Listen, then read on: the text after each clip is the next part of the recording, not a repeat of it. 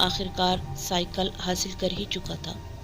پھر میں نے انگریز صاحب کو کہا، بیٹھو صاحب، میں لے کر چلتا ہوں آپ کو، آپ گھبرائیں نہیں، بس آپ مجھ کو راستہ بتاؤ، کیونکہ میں اس علاقے میں نیا ہوں، مجھے راستوں کا علم نہیں ہے، بشرط یہ کہ آپ پہلے سبل گڑھ جا چکے ہوں گے۔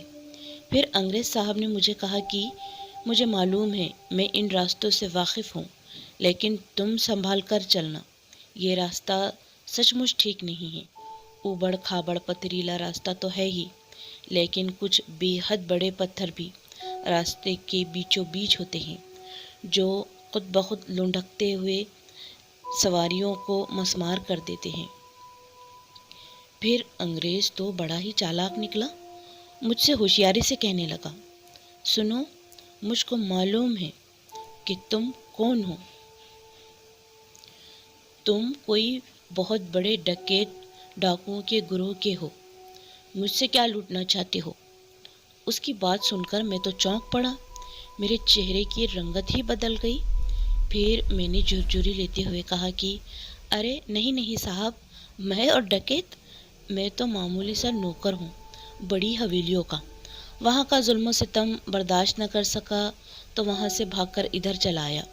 اب پیٹ کا سوال ہے نا، کہیں نہ کہیں تو نوکری کرنی ہی پڑے گی، اس لیے زبردستی آپ کے ساتھ ہو گیا ہوں، سوچا آپ کی مدد بھی کر دوں گا اور کچھ روز آپ کی ملازمت بھی کر لوں گا، جو آپ سے بن پڑے آپ 2 وقت کے کھانے کے ساتھ مجھے دے دینا، میں کوئی ڈاکو واکو نہیں ہوں صاحب، اگر منظور نہ ہو آپ کو تو میں واپسی کی راہ لے لیتا ہوں۔ میں بناوٹی باتیں کرنے لگا۔ پھر وہ انگریز بولا، اچھا تم میرے ساتھ ہی رہنا، لیکن ایک بات کا تم دھیان رکھنا کہ سبل گڑھ واقعی میں پراسرار ہے، میں نے تو نہیں دیکھا لیکن اکثر لوگ دیکھ چکے ہیں کہ سبل گڑھ میں روحیں گھومتی رہتی ہیں، لیکن میں روحوں کو نہیں مانتا، بلکہ میں تو چھپے خزانے کی تلاش میں یہاں آتا ہوں۔ خیر، باتوں کا سلسلہ جاری رہا اور پورے 3 گھنٹوں کی مسافت کے بعد ہم سبل گڑھ آن پہنچے۔ اس نے سائیکل سے اترتے ہی فوراً خیمے کی تیاری شروع کر دی۔ دوسری طرف میں خاموش کھڑا قلعے کی طرف غور سے دیکھنے لگا۔ میں نے سوچا، کتنا خوفناک ہے یہ قلعہ، لوگ صحیح کہہ رہے تھے، رات کے اندھیرے میں سبل گڑھ واقعی بہت بھیانک لگ رہا تھا۔ قلعے کی بلند خاموش دیواریں کھڑی تھی، لیکن اندر ایسا محسوس ہو رہا تھا جیسے کسی کے نہ ہونے کے باوجود بھی محفل سج رہی ہو، ساز بج رہے تھے۔ میرے کانوں میں ہوا گھنگرو کی آواز کبھی تیز کرتی تو کبھی مدھم۔ خیر، قلعے کے اندر کچھ تو ضرور چل رہا تھا جو آنکھوں سے اوجھل تھا۔ پھر میں اپنے ڈر کو دور کرتے ہوئے انگریز کے ساتھ کام پر لگ گیا۔ کافی دیر ہم نے خیمہ لگانے میں ہی گزار دی۔ اس دوران میرے کانوں میں کچھ پراسرار آوازیں سرگوشیاں کر رہی تھی، جیسے کوئی ٹھٹک ٹھٹک کر چل رہا ہو، گویا قدموں کی آواز کے ساتھ ساتھ پائل بھی بج رہی تھی محل میں۔ رات بہت زیادہ ہو چکی تھی، اس لیے ہم دونوں کمبل اوڑھ کر سونے کی کوشش کرنے لگے۔ انگریز نے تھوڑی شراب پی ہوئی تھی، سردی اپنے عروج پر تھی اور میری نیند کوسوں دور تھی۔ سامنے سبل گڑھ کا قلعہ کھڑا تھا۔ زندگی میں پہلی بار مجھے ڈر لگ رہا تھا یہاں آ کر۔ میں کروٹیں بدل بدل کر وقت گزار رہا تھا۔ دوسری طرف گورا گدھے گھوڑے بیچ کر سویا ہوا تھا۔ پھر مجھے اچانک سے کوئی دھیمی دھیمی سی آواز آنے لگی اور پھر وہ آواز تیز ہوتی گئی۔ میں آواز سن کر خیمے سے پیر دبائے دھیرے سے باہر آیا اور اس آواز کو کان لگا کر غور سے سننے لگا۔ تھوڑی دور جھاڑیوں کے پیچھے کچھ چل رہا تھا۔ آواز کچھ یوں تھی جیسے کوئی اپنا سر پتھر پر زور سے پٹک رہا ہو۔ چاندنی رات تھی، ہر طرف روشنی بکھری ہوئی تھی۔ میں جھاڑیوں کی طرف جانے لگا۔ پھر میرے قدم اچانک سے رک گئے۔ سامنے والا منظر بے حد خوفناک تھا۔ میں نے دیکھا ایک جلاد دوسرے شخص کو گردن سے پکڑ کر لاتا ہے اور اس پتھر پر زور سے دے مارتا ہے۔ میں فکر میں میں غور و فکر میں پڑ گیا کہ یہ کیا معمہ ہے، اور پھر میری نظروں کے دیکھتے ہی دیکھتے وہ دونوں کہیں خلاؤں میں غائب ہو گئے۔ میں کہنے لگا، ارے ارے، ابھی ابھی تو یہ دونوں یہیں کھڑے تھے، پھر اچانک… میں بڑبڑاتے ہوئے تیزی سے اس طرف دوڑ کر گیا، لیکن وہاں تو کوئی نہ تھا۔ بہتے پانی کی وجہ سے اطراف میں کیچڑ تھا۔ میں نے محسوس کیا زمین پر کیچڑ تھا، اور اس کیچڑ میں صرف میرے ہی قدموں کے نشانات تھے، جبکہ وہاں دوسرے اور بھی نشانات ہونے چاہیے تھے۔ مجھے تو اب گھبراہٹ سی ہونے لگی۔ آخر وہ لوگ گئے تو کہاں گئے؟ میں اب اس پتھر کی طرف تیزی سے بڑھا، کیونکہ یہ وہی پتھر تھا جس پر وہ جلاد ایک آدمی کا سر بڑی بے رحمی سے پٹک رہا تھا۔ میں نے سوچا یہاں خون لگنا چاہیے۔ میں اپنے دونوں ہاتھوں سے پتھر کو ٹٹولنے لگا، پھر کچھ نہ پا کر میں خیمے کی جانب مڑ گیا۔ راستے میں اچانک مجھے میرے ہاتھوں پر کچھ لگا ہوا محسوس ہوا۔ میں نے دیکھا، یا میرے خدا، یہ تو خون ہے! لیکن میں نے جب پتھر پر دیکھا تو وہاں تو کچھ بھی نہیں تھا۔ پھر یہ کیا ہے؟ کہاں سے آیا یہ خون؟ سرخ خون سے میرے دونوں ہاتھ لت پت تھے۔ میں نے پیچھے مڑ کر ایک مرتبہ دیکھا۔ کیا دیکھتا ہوں، وہی جلاد کھڑا ہے، بڑا ہی بھیانک چہرہ، سیاہ بڑی بڑی کالی آنکھیں، اس پر تنی ہوئی شیطانی بھویں۔ میں تو اس کو دیکھ کر بے حد ڈر گیا، پیٹھ کو پیر لگا کر دوڑنے لگا، گرتے پڑتے خیمے میں گھس آیا، خون سے بھرے ہاتھ انگریز کی چادر سے پونچھنے لگا، جلدی جلدی کمبل منہ تک اوڑھ کر سو گیا۔ ڈر کی سرد لہر میرے جسم میں دوڑ رہی تھی، کیونکہ باہر پھر وہی کسی کا سر ٹکرانے کی آواز مسلسل آ رہی تھی۔ اس بار کوئی شدید درد سے بھی چلا رہا تھا، جس سے میرے کان پھٹ رہے تھے۔ کسی طرح ان آوازوں کے ساتھ میں نے رات کاٹ لی۔ صبح تڑکے فوراً میں بستر سے اٹھا اور اس پتھر کی طرف دوڑتا ہوا چلا گیا۔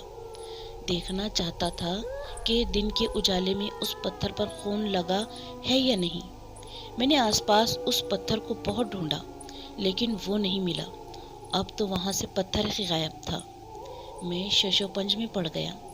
تھوڑی دیر بعد میں انگریز کے ساتھ میں کام پر لگ گیا۔ ہم قلعے کے اندر چلے آئے۔ اندر سے قلعہ سچ مچ بہت پراسرار لگ رہا تھا۔ دن کے وقت بھی ہمہ وقت یہ احساس ہو رہا تھا کہ ہم دونوں کے علاوہ یہاں اور بھی لوگ موجود ہیں جو ہمیں دکھائی نہیں دے رہے ہیں اور محل میں ہر طرف گھوم رہے ہیں۔ قلعے کی بالائی منزل پر انگریز گیا ہوا تھا، کیونکہ اوپر ایک مسجد بنی ہوئی تھی اور وہ انگریز دروازہ توڑ کر اندر گیا ہوا تھا۔ اس کی جدوجہد جاری تھی، اور دوسری طرف میں قلعے کے اندر ہی ادھر ادھر کچھ ڈھونڈنے لگا۔ پھر مجھے ایک بڑے سے محراب میں پوشیدہ ایک چھوٹا سا آئینہ ملا۔ میں نے فوراً انگریز کو آواز دی اور وہ بھی دوڑتا ہوا نیچے چلا آیا۔ اس نے میرے ہاتھوں سے آئینہ لے لیا اور فوراً بیگ میں رکھ لیا۔ وہ آئینہ سونے کا تھا، بے حد قیمتی، بعد میں مجھے پتہ چلا تھا۔ خیر، ہم دن ڈھلنے تک سبل گڑھ میں کچھ نہ کچھ تلاش کرتے ہی رہے۔ شام کے ڈھلتے ہی رات کا اندھیرا چھانے لگا۔ میں خیمے کی طرف آیا ہوا تھا۔ میں نے رات کا کھانا تیار کر دیا تھا کہ اچانک مجھے انگریز کے زور زور سے چیخنے کی آواز آنے لگی۔ میں فوراً لکڑی کی مشال جلا کر قلعے کی طرف دوڑتا ہوا چلا گیا۔ میں اس کو قلعے میں ہر طرف دیکھنے لگا، اور دھیرے دھیرے اس کی آواز آنا بند ہو گئی۔ آواز اب نہیں آ رہی تھی۔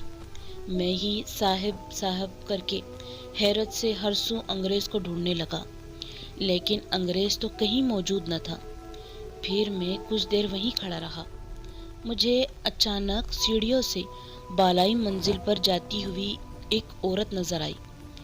میں بھی اس عورت کے پیچھے پیچھے بالائی منزل پر جا پہنچا۔ دیکھتا کیا ہوں، انگریز اوندے منہ زمین پر پڑا ہوا ہے، سر سے خون بہت زیادہ مقدار میں بہہ رہا تھا۔ اس منظر سے میرے ہاتھ پاؤں پھٹنے لگے۔ میں گھبرا کر صاحب صاحب اٹھو، کیا ہوا ہے آپ کو صاحب، صدائیں لگانے لگا۔ دوسری طرف ڈر سے میری حالت غیر ہونے لگی۔ پھر میں نے ڈر کے عالم میں اس عورت سے چیخ کر کہا کہ کیا ہوا ہے میرے صاحب کو؟ کیا مار دیا تم نے ان کو؟ پھر وہ عورت جو میری طرف پشت کر کے کھڑی تھی، اچانک وہ میری جانب مڑ گئی۔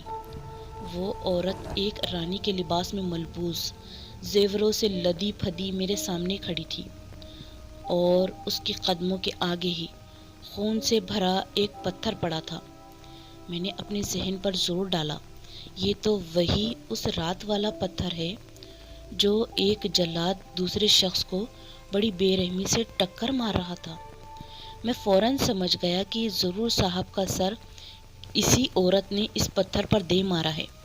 میں سوچوں میں گم تھا کہ تبھی پتھر خود بخود اپنے آپ ہی چلتا ہوا اپنی منزل تک جا کر رک گیا۔ پھر وہ عورت جو کوئی بھی تھی، اچانک اس کے ہاتھ، پاؤں اور چہرے کی رنگت بدلنے لگی۔ اس نے بڑا ہی خوفناک روپ دھار لیا اور وہ میری طرف بڑھنے لگی۔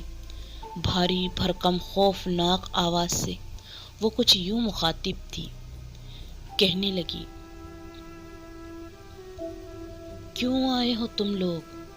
اس نے ہمارے قلعے کو نقصان پہنچایا، اس نے ہمارے قلعے کا ایک دروازہ توڑا، اس کی سزا تو اس کو مل چکی ہے، یہ مر چکا ہے۔ مجھے اب تم سے میرا آئینہ چاہیے، بتاؤ کہاں ہے آئینہ؟ میرا آئینہ مجھے لوٹا دو، میرا آئینہ مجھ کو واپس دو، مجھ کو سجنا ہے، سنورنا ہے۔ وہ دیکھو محفل سج گئی ہے، مجھ کو جانا ہے وہاں۔ پھر میں نے اس کی بات سنی اور لڑکھڑاتی زبان میں کہنے لگا، میں اس نے میرا تو جملہ بھی پورا نہ ہو سکا تھا کہ اس بھوتنی نے میری گردن دبوچ لی۔ اس کے دبوچتے ہی لکڑی کی مشال نیچے پانی میں گر کر بجھ چکی تھی۔ ہر طرف تاریکی ہی تاریکی چھا گئی۔ تاریکی نے اپنے ہیبت ناک پنجوں میں ہر شے کو جکڑ لیا تھا، ہر شے پر تیرگی کا سایہ تھا، اور اس ہیبت ناک اندھیرے میں مجھے میرا دم گھٹتا ہوا محسوس ہو رہا تھا۔ شدید درد سے میں جھٹپٹا رہا تھا۔ میں زمین سے بہت اوپر تھا اور کسی نے مجھے ایک ہاتھ سے اٹھایا ہوا تھا۔ یقیناً میں آسیب کی گرفت میں تھا۔ میرے جسم سے لہو بہہ رہا تھا اور سینے پر کٹنے کی جلن سے مجھے شدید تکلیف ہو رہی تھی۔ میں سمجھ چکا تھا کہ اس انگریز کے ساتھ ساتھ میری بھی موت طے ہے۔ میں نے اللہ کے حضور ٹوٹی پھوٹی زبان میں معافی مانگی اور کلمہ شہادت بآواز بلند پڑھنے لگا۔ میری زبان تو کسی حد تک باہر کی طرف لٹک رہی تھی۔ میں نے کلمہ پڑھنا جاری رکھا۔ پھر اچانک سے ایک معجزہ ہوا اور میں اس آسیبی عورت کی گرفت سے چھوٹ گیا اور بالائی منزل کی باہری جانب سے سیدھے تالاب میں جا گرا۔ اور حیرت کی حد تو یہ تھی کہ میں پانی میں گر کر بھی تیر کر کنارے آ سکا تھا۔ میرا جسم نڈھال تھا، بوٹی بوٹی درد سے چور ہو رہی تھی۔ دل کی جانب ایک کٹنے کا نشان تھا جس سے خون بہنا جاری تھا۔ گھٹا ٹوپ اندھیرا اور دوسری طرف قلعے کی بد شکل عورت خوفناک دہاڑے مار رہی تھی۔ اس کے ساتھ ساتھ اور بھی بھیانک آوازیں سبل گڑھ میں ہر طرف ادھر ادھر گونج رہی تھی۔ میں اپنا آخری وقت سمجھ کر وہیں نڈھال ہو کر زمین پر گر گیا۔ دھیرے دھیرے میری نگاہوں سے خوفناک سبل گڑھ دور ہوتا گیا اور میں وہیں بے ہوش ہو گیا۔ پھر پورے 2 دن بعد مجھے ہوش آیا۔ میرے سامنے وہی بڑے میاں کھڑے تھے۔ پوچھنے لگے، اب کیسا محسوس کر رہے ہو؟ میں نے اس بات میں دھیرے سے سر ہلایا۔ میری رگوں میں ڈر ہی ڈر دوڑ رہا تھا۔ مجھ میں ہفتوں تک بخار جیسی کیفیت رہی۔ پھر بڑے میاں نے میرا علاج کروایا۔ پھر ہم دونوں نے مل کر اس انگریز کے بیگ کو حکومت کو سونپ دیا، لیکن قلعے میں اور اطراف کہیں بھی انگریز کی لاش نہ مل سکی تھی۔ دوسری طرف اللہ کا کرم کہ میں زندہ بچ گیا تھا۔ اگر میری ویڈیو آپ کو اچھی لگے تو میرے چینل کو ضرور سبسکرائب کیجیے۔ اللہ حافظ۔